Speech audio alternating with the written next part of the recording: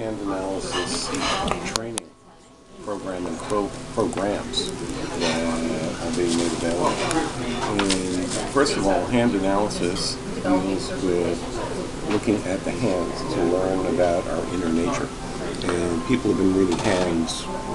Aristotle was a teacher of hand analysis, and he, in some of his writings that are still extant, was talking about how ancient hand reading is, and too bad so much was lost to antiquity. So it's been around quite a while. And in the Western world, hand analysis tends to be associated with fortune telling, telling people about their future. And that's not the type of work that we do at the International Institute of Hand Analysis. We focus on life purpose and life lessons, and the hands reveal what it is that you came to do in this life. What would make you feel like you're using your time well, like you're becoming the man or woman that was always in you to become. And so finding your life purpose is finding your right life, finding your connection to your core self in its natural expression in the world. And that, in large measure, is printed in your fingerprints 5 months before you're born. So already, when you're about this size, and everybody knows, because we've watched TV in our lives, everybody knows that you cannot change your fingerprints. Not everybody knows that the lines in your hands keep changing. So I've got 2 maps that I look at. One that reveals your ongoing developmental personality, your evolving skills, your different motivations, your heartline type, and other details about what makes you tick. But I also have a map from before you were born that's been unaffected by life events. In effect, it's like an underlying map, or like a magnet that draws you to your highest expression possibilities. It's been there all along. It's been operating in the background, or for some people, in the foreground, but for most people, it's been an invisible hand of destiny, kind of inching your life in a direction of deep meaning and fulfillment. So in the hand analysis trainings, we learn how to read the fingerprint pattern. The fingerprints are easy enough to see with a magnifying glass.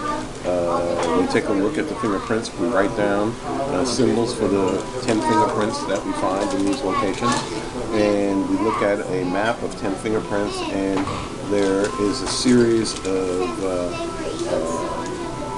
formulas, if you will, to decode the fingerprint map, which is my particular contribution to the world of hand analysis.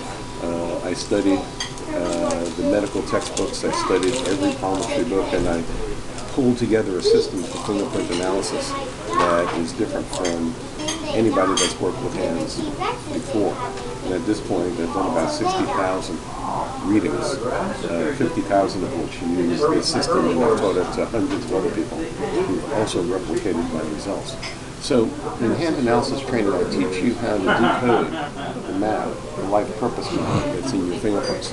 But I also teach people how to read the line formations in the hand. That's an important part of hand reading. And the hand shapes.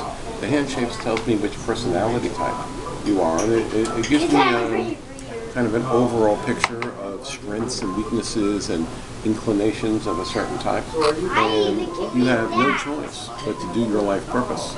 In your case, for instance, Shauna, being the morning mist type, which is the thoughtful, sensitive, think about things a lot on the inside, introspective, depthy type. You're not the lumberjack type.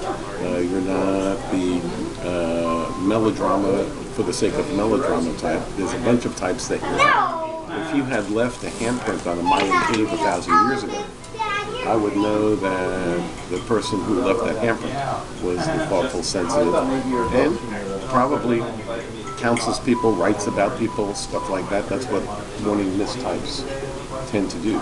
But you also have a set of fingerprints, which we have been discussing incessantly since I told you what they say.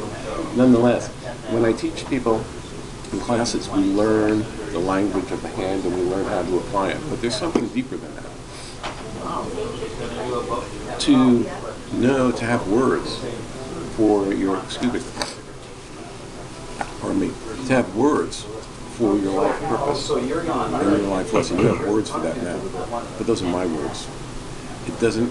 It hasn't worked its way in yet, far enough down for it to be a compass that you can use towards life fulfillment. You did the first stage, which is you got a name for it. So now you could be on the lookout for it. You could spot it if it shows up.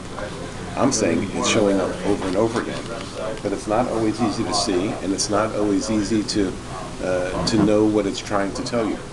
So part of the work in learning hand analysis is to work in an ongoing fashion and to see how our life purpose and life lessons are winding their way in and out of every day of our life until we can spot our soul psychology. That's what I call this.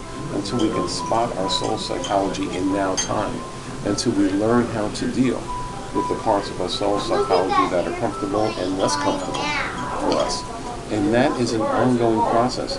You know, somebody says, why don't you teach me all this in just a couple of days? I'm a quick study. I can memorize things like nobody's business. And here, 10 days, I'll read everything you've ever written, and then you'll show me everything, and then I'll know it. Well, that person might know how to read the fingerprints and what each line formation, what its name is, and how to combine it in the hand with other markers. But that's not the same thing as taking in and learning that you get by looking at other people's hands, talking to them, and listening to your students and your fellow students, and hearing your fellow students talk to you as well about what they hear you saying and how they understand your life purpose now that they've known you for this weekend, this month, these series of months.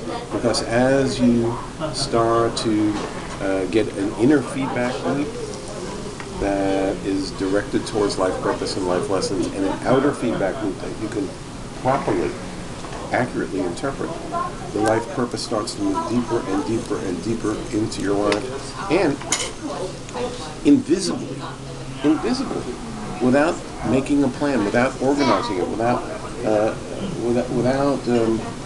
trying to make it happen. Your life starts to look like the picture of you that was in your fingerprints before you were born.